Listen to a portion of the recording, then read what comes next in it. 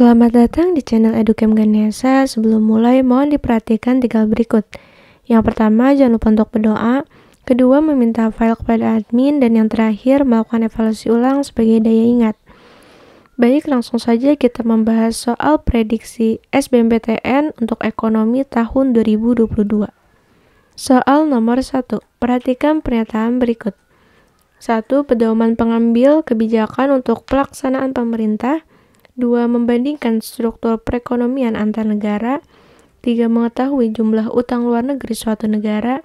4. Mengetahui sistem pemerintah suatu negara. Pernyataan yang merupakan keuntungan dari perhitungan pendapatan nasional adalah A1, 2, dan 3 benar, B1 dan 3 benar, C2 dan 4 benar, D4 saja, E semua jawaban benar. Saya akan berikan waktu 5 detik untuk menjawab soal ini. Untuk nomor 1, jawaban yang betul adalah A, 1, 2, dan 3 benar. Perhitungan pendapatan nasional dapat memberikan informasi mengenai struktur perekonomian suatu negara secara keseluruhan, namun tidak dapat menjelaskan tentang sistem pemerintah suatu negara. Jadi, pernyataan nomor 1, 2, dan 3 benar. Soal nomor 2. Gambaran barang yang semakin langka dalam sistem ekonomi pasar dicerminkan oleh A. Kualitas barang yang semakin baik, B. Kualitas barang yang semakin jelek, C. Harga barang yang semakin meningkat, D. Munculnya barang-barang substitusi, E. Munculnya barang-barang komplementer. Saya akan berikan waktu 5 detik untuk menjawab soal ini. Untuk nomor 2, jawaban yang betul adalah C. Harga barang yang semakin meningkat. Langka berarti jumlah suatu barang tidak cukup memenuhi semua kebutuhan yang ada. Dengan kata lain, perlu pengorbanan lebih untuk mendapatkan suatu barang yang mengalami kelangkaan. Contohnya, harga BBM naik menandakan persediaan BBM semakin sedikit. Soal nomor 3. Kurva permintaan yang dihadapi sebuah perusahaan dalam pasar persaingan monopolistik berbentuk A. Horizontal, B. Sangat elastis, C. Sangat inelastik, D. Vertikal, E. Patah. Saya akan berikan waktu 5 detik untuk menjawab soal ini.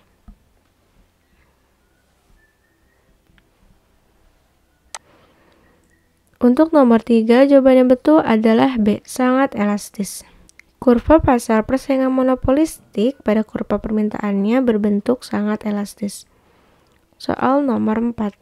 Salah satu jenis pengangguran menurut penyebabnya adalah A. Pengangguran terbuka, B. Pengangguran tertutup, C. Setengah menganggur, D. Pengangguran terselubung, E. Pengangguran struktural. Saya akan berikan waktu 5 detik untuk menjawab soal ini.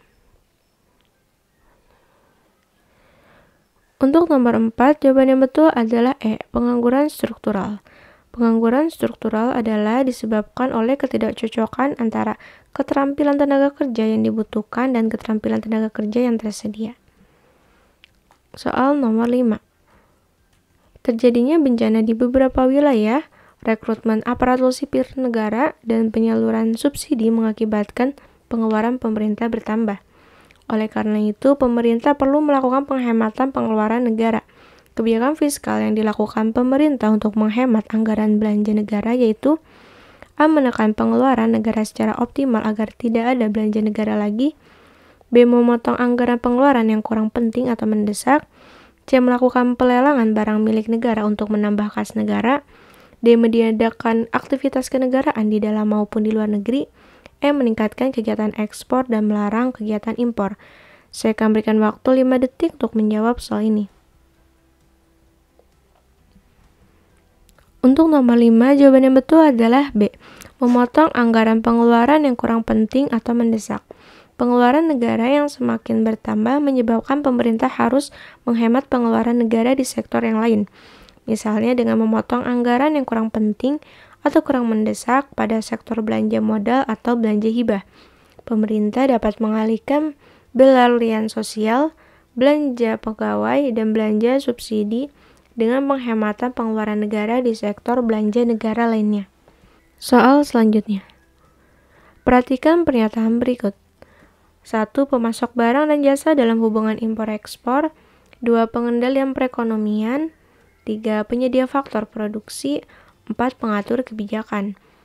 Pemerintah termasuk pelaku ekonomi yang berfungsi sebagai A. 1, 2, dan 3 benar, B. 1 dan 3 benar, C. 2 dan 4 benar, D. 4 saja, E. semua jawaban benar.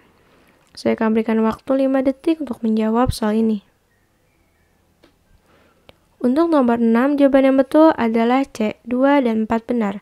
Pemerintah termasuk pelaku ekonomi yang berfungsi sebagai 1. Pengendali perekonomian, 2. Pengatur kebijakan. Soal nomor 7. Berikut ini merupakan prinsip yang dianut koperasi di Indonesia kecuali A. Keanggotaan bersifat sukarela dan terbuka, B. Demokratis, C. Mandiri, D. Bagi hasil diutamakan dari kepemilikan modal, E. Kerjasama antar koperasi. Saya akan berikan waktu 5 detik untuk menjawab soal ini. Untuk nomor 7, jawaban yang betul adalah C. Mandiri. Prinsip koperasi di Indonesia yang pertama, keanggotaan bersifat sukarela dan terbuka. Kedua, pengelolaan dilakukan secara demokratis. Ketiga, pembagian SHU dilakukan secara adil sesuai dengan besarnya jasa usaha masing-masing anggota. Keempat, kemandirian. Kelima, pemberian belas jasa yang terbatas terhadap modal. Keenam, pendidikan perkoperasian. Dan yang terakhir, kerjasama antar koperasi. Baik, langsung saja kita ke soal nomor 8. Berikut ini adalah data PD laju periode Desember 2016. Persediaan barang dagang awal itu Rp 20 juta, persediaan barang dagang akhir 16 juta, pembelian 22 juta, retur pembelian 5 juta. Dari data tersebut, besarnya harga pokok penjualan atau HPP adalah A. 16 juta, B. 20 juta, C. 21 juta, D. 38 juta, E. 39 juta. Saya akan berikan waktu 5 detik untuk menjawab soal ini.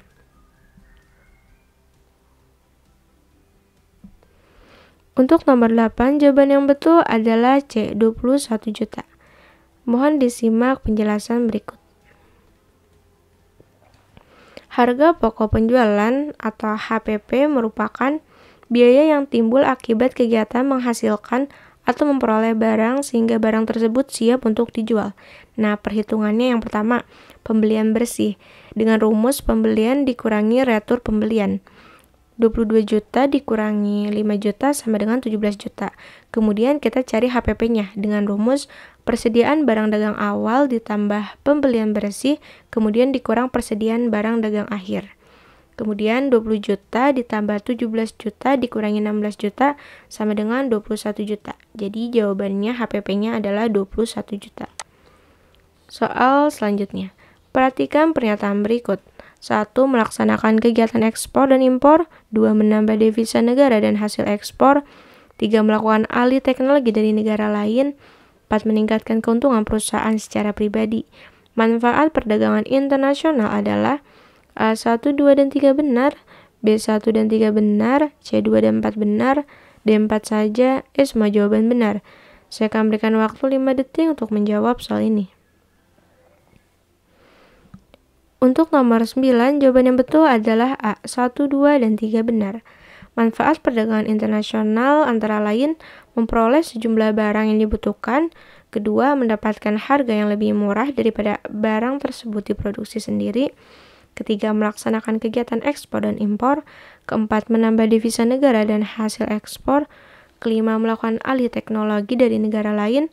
Keenam, mempercepat pertumbuhan dan pembangunan ekonomi. Dan yang terakhir, meningkatkan pendapatan nasional atau pendapatan nasional bruto. Soal nomor 10. Jika C adalah konsumsi dan MPC adalah marginal propensity to consume sama dengan 0,75, apabila pendapatan bertambah dengan 80 satuan, maka tabungan akan bertambah dengan A. 75 satuan, B. 60 satuan, C. 40 satuan, D. 20 satuan, E. 10 satuan.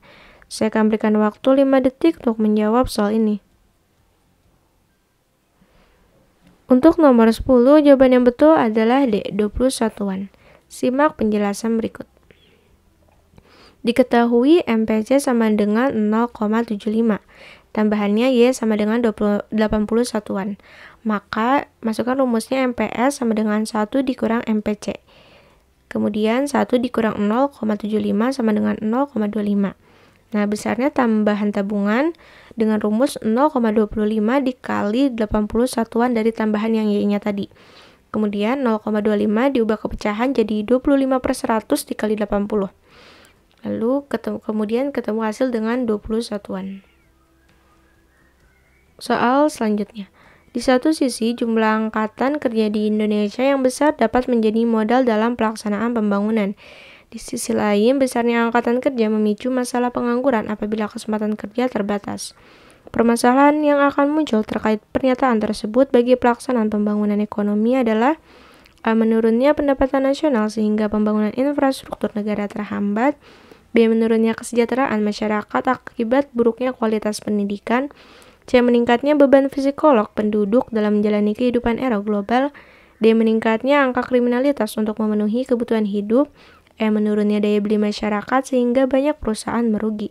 Saya akan berikan waktu 5 detik untuk menjawab soal ini. Untuk nomor 11, jawaban yang betul adalah A. Menurunnya pendapatan nasional sehingga pembangunan infrastruktur negara terhambat.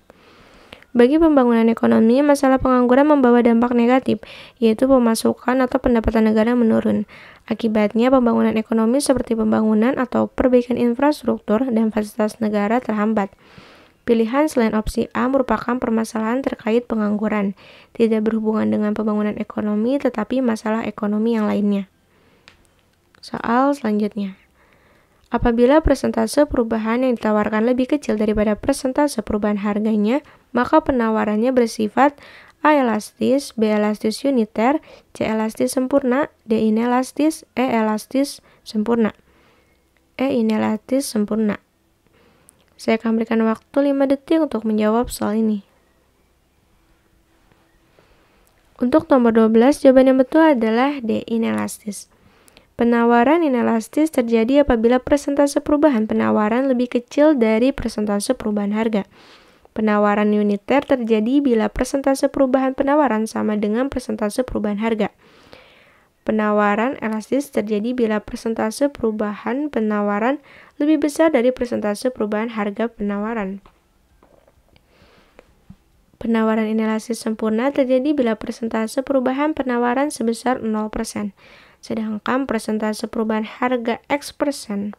Penawaran elastis sempurna terjadi bila persentase perubahan penawaran sebesar X%, sedangkan persentase perubahan harga 0%. Soal nomor 13. Pada bulan November 2018, perekonomian dunia dalam keadaan lemah, sementara pertumbuhan ekonomi negara berkembang juga belum mengalami kenaikan. Secara keseluruhan, perekonomian dunia akan melemah dan berdampak pada perekonomian skala besar dan mempengaruhi pelaku UKM. Akan tetapi, masih terdapat pelaku ekonomi yang mampu bertahan dalam globalisasi, yaitu UKM dalam negeri. Penyebab UKM masih mampu bertahan dalam globalisasi ekonomi yaitu A. UKM tidak menggunakan valuta asing sehingga tidak terpengaruh gejolak ekonomi global. B. UKM menggunakan mata uang yang tidak berpengaruh terhadap globalisasi ekonomi dunia. C. UKM merupakan usaha masyarakat tingkat bawah yang hanya berlaku pada daerah kecil. D. UKM dilindungi pemerintah agar terhindar dari globalisasi ekonomi supaya perekonomian tetap berjalan. E. UKM tidak melakukan transaksi ke luar negeri dan hanya bertransaksi di dalam negeri. Saya akan berikan waktu 5 detik untuk menjawab soal ini. Untuk nomor 13, jawaban yang betul adalah A. UKM tidak menggunakan valuta asing sehingga tidak terpengaruh gejolak ekonomi global. Apabila ekonomi dunia melemah, berdampak pada perekonomian skala besar. Kemudian dampak selanjutnya akan mempengaruhi perekonomian kelas menengah seperti UKM. Akan tetapi, UKM dapat bertahan sebab tidak menggunakan valuta asing, sehingga tidak terpengaruh gejolak ekonomi global. UKM relatif tidak tersentuh nilai tukarnya, karena pelaku UKM tidak meminjam valuta asing sehingga tidak terkena krisis global. Soal selanjutnya. Perhatikan pernyataan berikut. 1. Pungutan, 2. Tarif, 3. Retribusi, 4. Larangan impor. Terjadinya penyelundupan barang-barang dari luar negeri ke Indonesia disebabkan karena penyelundupan ingin menghindari peraturan negara yang berupa A. 1, 2, dan 3 benar, B. 1 dan 3 benar, C. 2 dan 4 benar, D4 saja, semua jawaban benar. Saya akan berikan waktu 5 detik untuk menjawab soal ini. Untuk nomor 14, jawaban yang betul adalah C, 2 dan 4 benar. Peraturan negara pada perdagangan internasional mempunyai tujuan untuk melindungi industri dalam negeri dan meningkatkan pendapatan nasional. Barang selundupan atau barang ilegal yang masuk ke Indonesia dikarenakan faktor tarif barang impor yang sangat tinggi dan larangan impor yang ditetapkan oleh pemerintah. Akibatnya, jika memenuhi prosedur umum, akan mengakibatkan harga barang impor menjadi sangat mahal. Baik, langsung saja ke soal yang terakhir. ASRI mendirikan Agradaya dengan tujuan untuk meningkatkan kesejahteraan dan keterampilan para petani. Hal ini menunjukkan motif ekonomi karena dorongan A. Keinginan meningkatkan kemampuannya, B. Keinginan mendapatkan penghargaan, C. Keinginan memberikan manfaat bagi negara, D. Keinginan menjadi makmur, E. Keinginan menolong sesamanya. Saya akan berikan waktu 5 detik untuk menjawab soal ini. Untuk nomor 15, jawaban yang betul adalah E. Keinginan menolong sesamanya.